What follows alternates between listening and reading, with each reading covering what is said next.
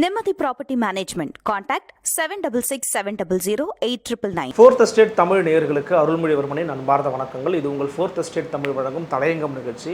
இன்றைக்கு நமது தலையங்கம் நிகழ்ச்சியில் இதை குறித்து பார்க்க போகிறோம் அப்படின்னு பார்த்தீங்கன்னா, சவுக்கு ஊடகத்தினுடைய ஆசிரியர் திரு சவுக்கு சங்கர் அவர்கள் கைது செய்யப்பட்டிருக்கிறாரு. அவர் எந்த வழக்கில் கைது செய்யப்பட்டிருக்கிறாரு, இந்த வழக்கு இவர் கைது செய்யப்பட்ட பிறகு நடந்து கொண்டிருந்த நிகழ்வுகள் என்னென்ன, அவரை சுற்றி நடக்கக்கூடிய சில விஷயங்கள் என்னென்ன அப்படிங்கிறது குறித்து நம்ம இந்த வீடியோவில் பார்க்க போகிறோம். வாங்க நிகழ்ச்சிக்குள்ளே பயணிக்கலாம். இது உங்கள் ஃபோர்த் ஸ்டேட் தமிழ் வழங்கும் தலையங்கம் நிகழ்ச்சி. சவுக்கு ஊடகத்தினுடைய ஆசிரியர் திரு சவுக்கு சங்கர் அவர்கள் தொடர்ந்து அரசியல் தொடர்பான எல்லா விவரங்களையும் எடுத்து பேசக்கூடிய ஒரு நபராக அறியப்பட்டிருக்கிறார். அவர் எல்லா சமூக வலைதளங்களில் ஊடகங்களுக்கும் பேட்டி அளிக்கக்கூடிய ஒரு அரசியல் திறனாய்வாளராக வலம் வந்து கொண்டிருந்தார். அவர் சவுக்கு ஆன்லைன் அப்படிங்கிற ஒரு பிளாகும் ஒரு நாள் வச்சுருந்தார். அதன் பிறகு தான் இப்போ மீடியாவாக உருமாறி இருந்தார். இவர் இந்த சவுக்கு மீடியாவை துவங்கினதுலேருந்து பார்த்திங்கன்னா, திமுக அரசுக்கு எதிராக ரொம்ப காட்டமான விமர்சனங்களை முன்வைத்து கொண்டே இருந்தார் அப்படிங்கிற ஒரு விமர்சனம் இவர் மீது தொடர்ந்து இருந்துகிட்டே இருந்துச்சு. அதே போல் திமுக அரசையும் தாண்டி சில குறிப்பிட்ட தனி நபர்களுடைய நடவடிக்கைகளை குறித்தும் ரொம்ப நுணுக்கமான பார்வைகளை முன்வைக்கிறேன், நான் இவங்களாம் தவறு பண்ணியிருக்கிறாங்க அப்படின்னு சுட்டி காட்டுறேன்னு சொல்லி நிறைய பேசிக்கிட்டு இருந்தார் திரு சவுக்கு சங்கர் அவர்கள். அந்த அடிப்படையில் இன்றைக்கு நமக்கு தகவல்கள் என்ன கிடச்சிருக்குன்னு பார்த்தீங்கன்னா, இன்றைக்கி மே மாதம் 4ஆம் தேதி விடியற் காலையில் அவர் தேனியில் கைது செய்யப்பட்டிருக்கிறார். அங்கிருந்து அவர் கோயம்புத்தூருக்கு அழைத்து செல்லப்பட்டிருக்கிறார். அவரையும் கைது பண்ணதை போலவே அவரோடு இருந்த ஓட்டுநர் மற்றும் இன்னொரு நபரையும் கைது பண்ணியிருக்கிறதா தகவல்கள் வெளியாகி இருக்கிறது. முதல்ல எதுக்காக கைது பண்ணியிருக்கிறாங்க அப்படிங்கிற முகாந்திரம் பார்க்கின்ற பொழுது, இது சைபர் கிரைம் பார்த்திங்கன்னா, கோயம்புத்தூர் சைபர் கிரைம் என்னென்ன வழக்கில் கைது பண்ணியிருக்கிறோம் அப்படிங்கிறத ஒரு ட்வீட்டாகவே போட்டிருக்கிறாங்க. அது என்ன அப்படின்னு பார்த்தீங்கன்னா, கோவை மாநகர காவல் அப்படிங்கிறது தான் ட்விட்டர் பேஜ். அதில் எழுதியிருக்கிறாங்கன்னா, Savukku Shankar has been arrested today by Coimbatore city police cyber crime wing for the offences committed under the following sections 294B 509 353 IPC R/W Section 4 of Tamil Nadu Prohibition of Harassment of Women Act and Section 67 of Information Technology Act 2000. So woman harassment case ஒன்றும், அதே போல் ID act கீழையும் தான் இவர் கைது பண்ணியிருக்கிறாங்கன்னு சொல்கிறாங்க. இதில் ஒரு சிலர் முன்வைக்கக்கூடிய விஷயம் என்ன அப்படின்னா, இதில் செக்ஷன் 4 வர வாய்ப்புகள் இல்லையே, இது எப்படி கொண்டு வந்தாங்க அப்படின்னு ஒரு சிலர் சில கேள்விகளை முன்வைக்கிறாங்க. ஒரு சிலர் இல்லை, இது சரியான சட்ட அணுகுமுறை தான் சொல்கிறாங்க. இது ஒரு பக்கம் விவாதமாக உருவாகி இருக்கிறது. இந்த செக்ஷன்ஸில் இவர் கைது பண்ணப்பட்டிருக்கிறார் அப்படின்னு செய்திகள் வந்த பிறகு தொடர்ந்து அவருடைய நடவடிக்கைகளை ஃபாலோ பண்ண ஆரம்பித்தாங்க. என்ன பண்ணிக்கிட்டு இருக்காங்க, போலீஸ் என்ன பண்ணுறாங்க, கோர்ட் என்ன மாதிரி இதை ஹேண்டில் பண்ண போகிறாங்க, அரசு இதை எப்படி டீல் பண்ண போகிறாங்க அப்படின்ற செய்திகள் வெளியாகி கொண்டிருந்தது. அதே போல் இவர் பயணித்து கொண்டிருந்த வாகனம் பார்த்திங்கன்னா, தாராபுரம் பகுதியில் ஒரு விபத்துக்கு உள்ளாகிறது. அந்த விபத்தில் இவருக்கும் சில காயங்கள் ஏற்பட்டிருக்கு, காவல்துறையினருக்கும் சில காயங்கள் ஏற்பட்டது அப்படிங்கிற செய்திகள் வெளியானது. ஆனால் அதே நேரத்தில் அவருக்கு ரொம்ப பலத்த காயங்கள், அதே போல் அவர் காவல்துறையினர் அவருடைய கால்களை உடைச்சிட்டாங்க, இப்படிலாம் செய்திகள் வெளியானது. ஆனால் அந்த செய்திகளுடைய உண்மைத்தன்மை சுத்தமாக கிடையாது. அவர் அந்த மாதிரிலாம் எதுவும் காவல்துறையினர் பண்ணலை அப்படிங்கிறதான் வெளிப்படையாக வந்திருக்கிற உண்மையான செய்திகள். ஸோ அதுபோல் ரூமர்ஸும் ஒரு பக்கம் பரவிக்கிட்டு இருந்துச்சு. அது மாதிரி எந்த விதமான பாதிப்பும் திரு சவுக்கு சங்கர் அவர்களுக்கு ஏற்படலை அப்படிங்கிற தகவலையும் அறிய முடிகிறது. இப்படியாக நடந்துக்கிட்டு இருந்துச்சு. இந்த தகவல் நமக்கு ஃபாலோ பண்ணிட்டு இருக்கும்போது நம்ம பார்த்திங்கன்னா, மூத்த பத்திரிகையாளர் நம்மள்கிட்ட பேசிக்கிட்டு இருக்காங்க, சீனியர் அட்வொகேட்ஸோ மற்றவங்கள்ட்ட நம்ம தகவல்கள் பெறுவதற்காக நம்ம பேசிக்கிட்டு இருந்தோம், எது போன்ற விஷயம் நடந்துக்கிட்டு இருக்குது அப்படின்னு, செய்திகள் எப்படி நம்ம வெளியிடலாம், எந்த மாதிரியான விஷயங்கள் ஃபாலோ பண்ணலாம் அப்படின்னு. அந்த நேரத்தில் பார்த்திங்கன்னா, சவுக்கு சங்கருடைய குடும்பத்தாரிடமிருந்தும் நமக்கு செய்திகள் அனுப்பியிருந்தாங்க. அந்த செய்திகள் பார்த்திங்கன்னா, குறிப்பாக அவருடைய உயிருக்கு ஏதேனும் ஆபத்து இருக்கா அப்படின்னு அவங்களும் அவங்களுடைய ஆதங்கத்தை கேட்டிருந்தாங்க. அந்த மாதிரிலாம் எதுவும் இல்லை அப்படிங்கிறத அவங்களுக்கான ஒரு தைரியத்தை நம்ம கொடுத்து, அதே போல் தமிழக அரசினுடைய இந்த நடவடிக்கைக்கு எதிராக சவுக்கு சங்கருக்கு ஆதரவாக பார்த்திங்கன்னா, அதிமுக மற்றும் பாஜகவின் தலைமையில் இருக்கிறவங்க உதவி பண்ணுறதா சொல்லியிருக்கிறாங்க. அவங்களுடைய ஹெல்ப் எங்களுக்கு இருக்குதுன்னு சொல்கிறாங்க, அவங்களுடைய கைவிட மாட்டேன்னு சொல்லியிருக்கிறாங்க சார் அப்படின்னும் நம்மள்கிட்ட அவங்களுடைய குடும்பத்தார் பகிர்ந்துக்கிட்டாங்க, தகவலை பகிர்ந்துக்கிட்டாங்க. அது மட்டும் இல்லாமல் அவருடைய தாயார் பார்த்திங்கன்னா, மனித உரிமை ஆணையத்திட்ட ஒரு கம்ப்ளைண்ட்டை பண்ண இருப்பதாகவும், அதற்கான வேலைகளை ஈடுபட்டுக்கிட்டு இருக்கோம் அப்படிங்கிறதையும் குறிப்பிட்டு சொல்லியிருந்தாங்க அவங்களுடைய குடும்பத்தார்.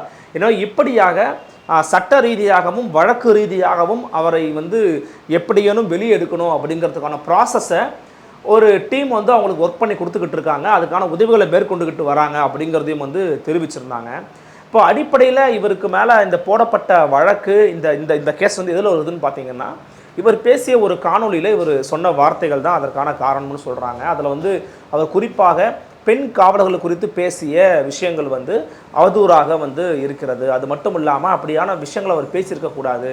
அது எப்படி வந்து வெளிப்படையாக சிஸ்டம் மேலே வந்து ஒரு விஷயத்தை சொல்லலாம், ஆனால் உள்ளுக்குள்ளே இருக்கிற காவலர்களை பற்றி அப்படி பேசலாமா, அது ரொம்ப தவறு அப்படிங்கிற இதில் அவருக்கு வலிமையான கண்டனங்கள் எழுந்துக்கிட்டு இருந்துச்சு.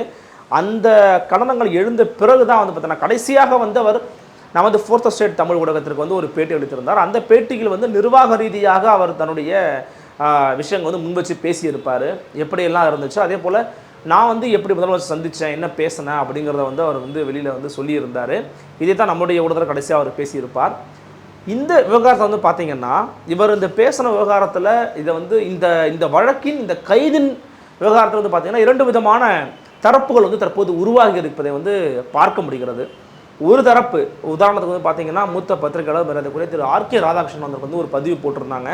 அவர் என்ன எழுதியிருக்கிறாருன்னு பார்த்தீங்கன்னா, I demand the immediate and unconditional release of Savukku Shankar from the clutches of TN police. The aggressive police officers should seek recourse to civil or criminal defamation. All such elements who order the arrest of someone because he or she is personally aggrieved should be sent out of on VRS. தனிமனித தாக்குதல், தனிமனித காழ்ப்புணர்வின் காரணமாக நடவடிக்கை எடுப்பவர்கள் நிச்சயமாக தன் ஓய்வு கொடுத்து VRS கொடுத்து அவங்க அனுப்பிடணும், விருப்ப ஓய்வு கொடுத்து அனுப்பிடணும். They should not be allowed near a post that demands responsible exercise of power. அதிகாரத்தின் அருகில் அவர்களை அமர வைக்கக்கூடாதுங்கிறதில் பேசியிருந்தார். அதே போல் ஐ ஹோப் முதல்வருடைய பெயரை குறிப்பிட்டு I hope M K. Stalin intervenes and release Shankar அப்படின்னு வந்து போட்டிருந்தார். முதலமைச்சர் தலையிட்டு சவுக்கு சங்கரை விடுதலை செய்யணும் அப்படிங்கிற ஒரு கோரிக்கையை வந்து முன்வைத்திருக்கிறார் மூத்த பத்திரிகையாளர் மரியாதைக்குரிய திரு ஆர்.கே. ராதாகிருஷ்ணன் அவர்கள். அவர் மட்டுமல்லாமல் ஊடகவியலாளர் மற்றும் பொலிட்டிக்கல் கமெண்டேட்டர் திரு சுமன் சி ராமன் என்ன போட்டிருந்தாருன்னு பார்த்தீங்கன்னா, the arrest of Savukku Shankar is condemnable. Courts have repeatedly said there is no reason for arrest if the post do not incite violence or not inflammatory. If what he said was defamatory against someone, the way to handle this was to sue him for defamation அப்படின்னு போட்டிருக்கிறாரு. இவரும் வந்து பார்த்தீங்கன்னா சவுக்கு சங்கருக்கு ஆதரவாகத்தான் தன்னுடைய கருத்தை எழுதியிருக்கிறாரு. இப்படியாக ஒரு பக்கம் வந்து இவருக்கு ஆதரவாக சிலர் எழுத ஆரம்பித்த அதே சமயம் வந்து பார்த்திங்கன்னா இவருக்கு எதிராகவும் வந்து பார்த்திங்கன்னா சில கருத்துக்களை வந்து எல்லோரும் பகிர்ந்துருக்கிறாங்க. குறிப்பாக திராவிட முன்னேற்ற கழகத்தினுடைய ஆதரவாளர்கள் வந்து பார்த்திங்கன்னா இவர் ரொம்ப மோசமாக பேசியிருக்கிறார், மலினமான வார்த்தைகளை வந்து பயன்படுத்தி இருக்கிறாரு, அதனால் இவரை கைது பண்ணது சரிதான், இவர் போன்றவர்களே கைது பண்ணி தான் ஆகணும், வேறு வழி கிடையாது அப்படின்னு சொல்லி அவர்கள் தரப்பிலும் வந்து பேசியிருக்கிறாங்க. இப்படியாக 2 தரப்பும் பேசிக்கிட்டு இந்த தருணத்தில் இன்னும் சில சம்பவங்கள் நடந்துச்சு. உதாரணத்துக்கு சொல்லணும் அப்படின்னா, திமுகவுடைய ஐடி விங்கிலிருந்து ஒரு விஷயத்தை ஷேர் பண்ணியிருந்தாங்க, ரீட்வீட் பண்ணியிருந்தாங்க. என்னென்னு பார்த்தீங்கன்னா, திரு கமலஹாசன் அவர்கள் வந்து சார்ந்தோருக்கு ஆழ்ந்த அனுதாபங்கள்னு வந்து ஒன்று போட்டிருப்பார். அதை திடீர்னு இப்போ வந்து ரீட்வீட் பண்ணியிருந்தாங்க. அந்த ரீட்வீட் பண்ணியிருந்தது ஒரு விஷயம், ஆனால் அந்த ரீட்வீட் பண்ண விஷயம் அப்படிங்கிறது சவுக்கு சங்கருடைய இந்த கைதி குறித்து தான் அவங்க பண்ணியிருக்கிறாங்க.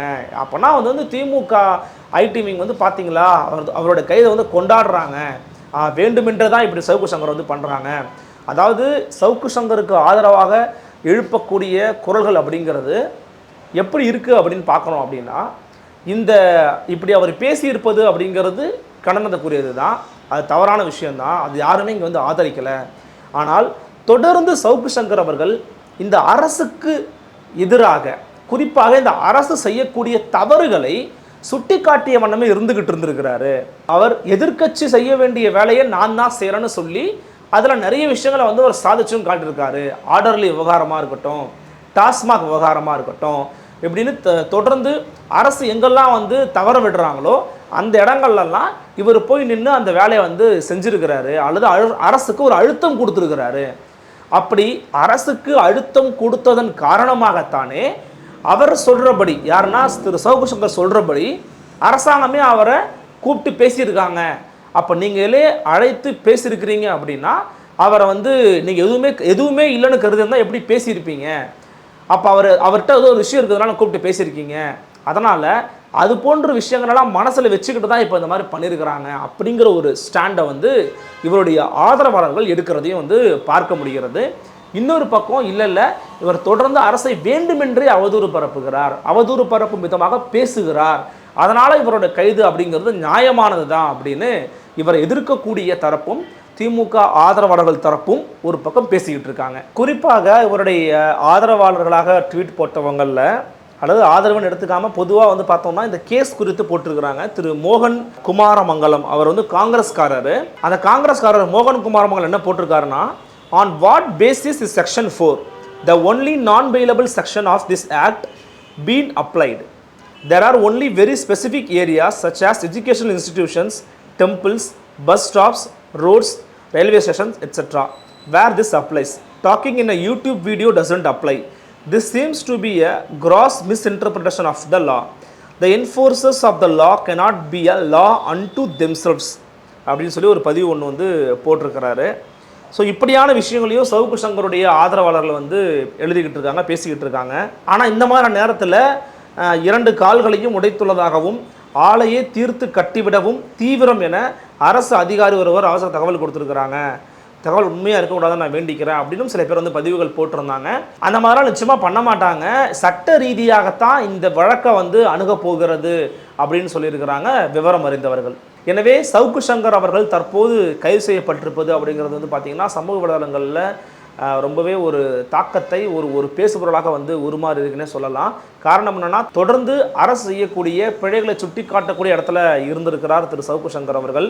தற்போது அவரை வந்து சிறைப்படுத்தியிருக்கிறாங்க ஒரு முக்கியமான ஒரு வழக்கில். ஒரு வழக்கினுடைய தன்மையை குறித்து நம்ம இங்கே வந்து ஆராய வேண்டியதாக இருக்கிறது. இந்த வழக்கின் அடிப்படையில் அவர் கைது பண்ணியிருக்கிறோம் அப்படின்னு சொல்கிறாங்க.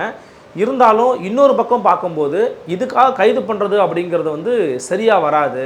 இது போன்ற ஏற்கனவே சில பேர் பேசியிருக்கிறாங்க, ஆனால் நீங்கள் கைது பண்ணால நீங்கள் வேறு நடவடிக்கை தான் எடுத்தீங்க அப்படின்னு சில பேர் வந்து சொல்கிறாங்க. எனவே சவுக்கு சங்கர் அவர்கள் கைது செய்யப்பட்டதை குறித்து நேர்களாகி உங்களுடைய கருத்துக்கள் என்ன அப்படிங்கிறதையும் கமெண்ட் செக்ஷனில் வந்து பதிவு பண்ணுங்கள். நன்றி. மற்றும் ஒரு தலைவர் சந்திக்கிறேன். வணக்கம்.